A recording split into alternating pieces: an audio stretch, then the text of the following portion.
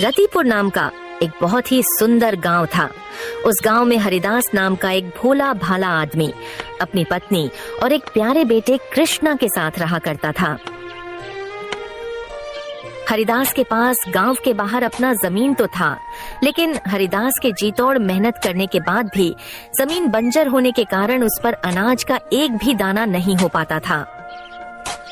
इस कारण हरिदास को अपने परिवार का पालन पोषण और घर का गुजारा करने के लिए गांव के ही जमींदार रामलाल के यहाँ मजदूरी किया करता। बदले में उसे अच्छे खासे पैसे मिल जाते थे। रामलाल अमीर होने के साथ ही साथ एक अच्छा इंसान भी था। जरूरत के समय रामलाल लोगों की मदद भी किया करता था। हरिदास के पास एक सुंदर सी गाय भी थी जिससे वो बहुत प्यार करता था। हरिदास रोज सुबह जल्दी उठकर सबसे पहले अपनी गाय के लिए खेत से चारा लाकर उसे चारा डालना हरिदास का सबसे पहला काम था। सुनो भाग्यवान, मैं काम पर जा रहा हूँ। मुझे देर हो रही है। आज मैं खाना खाने घर पर नहीं आ पाऊंगा, तो तुम दोपहर का खाना जमींदार बाबू के घर पहुँचवा देना और कृष्णा का अच्छे से ख्याल रखना।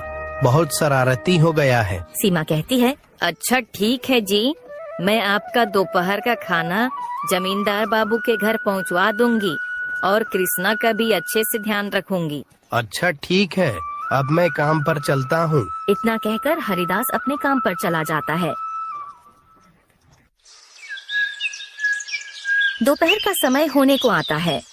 सीमा इधर उधर देखती है, लेकिन उसे रास्ते में कोई भी गांव वाले जमींदार के घर की तरफ जाते हुए नहीं दिखते हैं। अरे, आज तो कोई गांव वाले भी नजर नहीं आ रहे हैं। लगता है आज मुझे ही खाना लेकर जाना पड़ेगा। चल कृष्णा। इतना कहकर सीमा दोपहर का भोजन एक टिफिन में लेकर जमींदार बाबू के घर की ओर कृष्णा को साथ लेकर चल पड़ती है।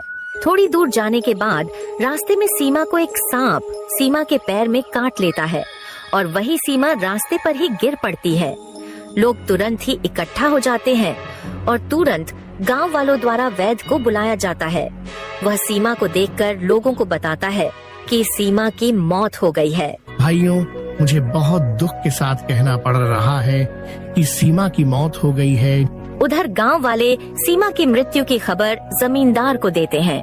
हरिदास, अभी अभी खबर आई है, तुम्हारी पत्नी को सांप ने काट लिया है और वहीं पर तुम्हारी पत्नी की मृत्यु हो गई है। जल्दी जल्दी तुम घर जाओ। हरिदास परेशान हो जाता है और जल्दी जल्दी अपनी पत्नी के पास जाता है। हरिदास सीमा को देखते ही उसका मन बहुत दुखी हो जाता है, जैसे उसके जिंदगी में पहाड़ टूट गया हो। हरिदास सीमा के सर को अपने गोद में रखकर बैठ जाता है और दुखी मन लेकर खूब रोता है।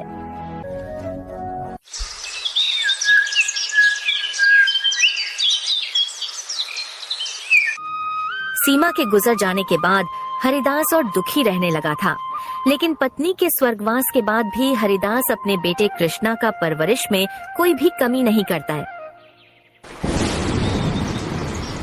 ऐसे ही समय बीतता है और पूरे 20 साल गुजर जाते हैं। पूरे 20 साल के बाद हरिदास के घर में खुशी का माहौल आया, क्योंकि उसका बेटा कृष्णा अब सरकारी ऑफिसर बन गया था। पिताजी, मेरी बिजली विभाग में सरकारी नौकरी लग गई है। मेरी 50,000 रुपए महीने की तनख्वाह है। अरे कृष्णा, ये तूने बहुत खुशी की बात बताई है। शाबाश मेरे बेटे, मन लगाकर काम करना और लोगों के साथ कभी धोखाधड़ी मत करना। शाबाश मेरे बेटे, मेरा आशीर्वाद।